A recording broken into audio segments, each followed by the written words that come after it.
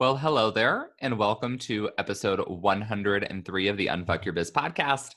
As always, this is your host, Braden, and on today's episode, I want to share with you why now, in mid October, is the ideal time to start planning for 2021. So, may not be top of your mind. We have a Halloween coming up in a few weeks, Thanksgiving after that, Black Friday, Christmas, Hanukkah, the holidays, family time, all these different kinds of things. I know that I tend to do a lot of reflection in December when I'm home with family, and that's usually when I plan out my following calendar, like my following business year calendar. I'm assuming that most people probably do this in January. I'm not sure, but what I want to talk about today is why that's actually too late from a legal and tax perspective to start planning. The reason why is because if you want to start, like if you want to get an LLC formed for January 1st, you have to be thinking about that now and you have to put certain actions into motion in order to get it happen in time for the new year. So this is also true particularly for your S corp. So if you want to form an S corp help save you taxes if you're making the right amount of money, if you're above certain profit thresholds. You need to get your LLC formed, and then you need to get yourself on payroll. You have to get all of your licenses in order. There's multiple steps that you have to go through in order to do that. And really what's often most overlooked is the planning aspect. So is that even going to be the right step for you in your business? There's certain things that you have to work through and think about in order to know the answer to that. Same thing goes for cash flow processes, tax planning, and the like. So you want to start thinking about that ideally in October and then start actually working on the things in late November. So this is a transitional plug into my program. Of course, you know how that works. My Unfuck Your Biz signature course opens every November. It's actually a very weird time to launch a course, like not an ideal time from a marketing perspective. I close the doors like the week before Thanksgiving, so it's just coming up here in a few weeks. And it's very noisy, especially this year with the election. I can only imagine, like if I run Facebook ads, how much that's going to cost me. I might not even try it, but hopefully at this point, we don't have some like long drag out battle with the election. We probably will, if we're looking forward with all of the mail-in ballots we're going to have. And it's going to be a very noisy time for me to launch my program. The smart thing would probably be for me just to wait until January. After all of that craziness, after all the holiday madness, people like to start fresh in January, but I don't do that. And the reason why is for those reasons I just stated earlier. All of my students who want to take the next step in their business to really get their legal and tax shit together, to handle back tax issues if they have any, to get their business licenses and form their LLC, they need to get moving on that in the month of December. So I launched my course in time for my students to do that. So I have no idea how many people will be in the program this go round with the crazy year that we've had. It's kind of hard to say, but anticipating 30 to 50, maybe 60 students will join. We'll all be working on our LLCs collectively, all these things that we're going to do for the new year. And the way my timeline typically works in the program is that you go through and you learn all the stuff that you need to learn in the first couple weeks of December to figure out what you're going to do. And then you get the paperwork filed shortly before Christmas. So if you're going to form an LLC for January 1st, you file the paperwork shortly before Christmas.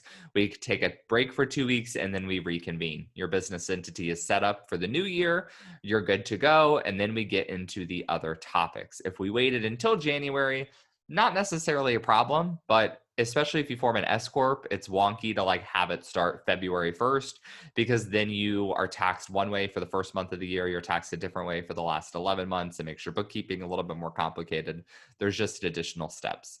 So logistically, it just makes sense for us to start the program in December. Now, you may or may not become a student of Unfuck Your Biz. I hope that you do. I would love it if every single one of my listeners joined my signature program that's named the same as the podcast. There's a reason for that.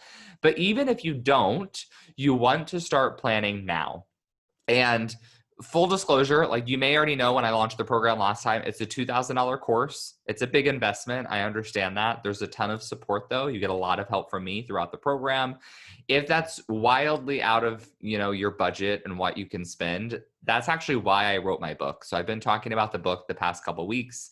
You can buy a copy for $29. It works you through the same framework that I teach in the program. So go get a copy of the book at unfuckyourbizbook.com, and you can use the book to help you plan for what you're going to do in 2001 with your business. And another reason I wanted to talk about this is because with the year that's 2020 has been, none of us really knows what lays on the horizon with 2021. I've been thinking about this a lot. I talked to one student a couple months ago. She actually DM'd me on Instagram and told me that with all of the contract cancellations she's had as a wedding planner, with all the postponements, with all of the angry litigious clients she's had to deal with, she told me that having her contract in order, having her insurance policy together, and having her LLC formed was what was helping her sleep at night.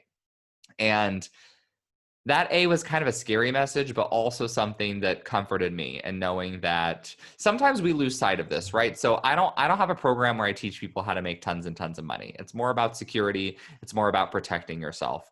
But when I hear these stories about how it's helping people in their day-to-day lives, just like cope with what's going on, that makes me feel like I'm doing something really positive. So as we go into 2021, I think we could have all of our event people. You could be twice as busy as you've ever been. Maybe COVID continues for another several months, maybe the next year. Who knows? I don't want to curse anything, but we don't know what's going to happen. But if this does start to dissipate, what I see happening is all of the events that have been postponed in 2020, if you're in the event industry, that are now going to be in 2021, you're going to have to do all of those. Some of these people may have already paid you in full, some may have not, some may have paid you half the amount, in which case you will be performing work that you've already been compensated for. That means you won't have more cash flow coming in, which means that you have to take more events. And now, if that happens, you may be twice as busy as ever in the new year, right? The other thing is as the economy starts to turn around, we will hope that people will be more ready to spend money and that business will start to boom. So I say all of this just to let you know that we don't know what's going to happen in 2021. So I have some guesses, as I've been talking about, but you need to plan for the inevitability. So if you do get a lot busier, you definitely want to have a solid contract. You want to have your business entity structured correctly. You want to have your cash flow in order. So this way, you can be like another one of my students who messaged me and said that the best thing about getting her cash flow all set up was that now she didn't have to stress too much about her business expenses. She knew that her business was going to be profitable if she maintained a certain break-even point per month. And as you move into the next year, I want you to consider these types of things. So that's all I really wanted to talk about today. It's more of kind of just like a brainstorming session, thinking what if, planning for 2021. I'm a planner. I love to plan. It's what I do. And so I spend basically all of Q4 thinking about what's to come. That's just where my brain operates. If yours does not, that's totally okay. It's just something I want you to think about.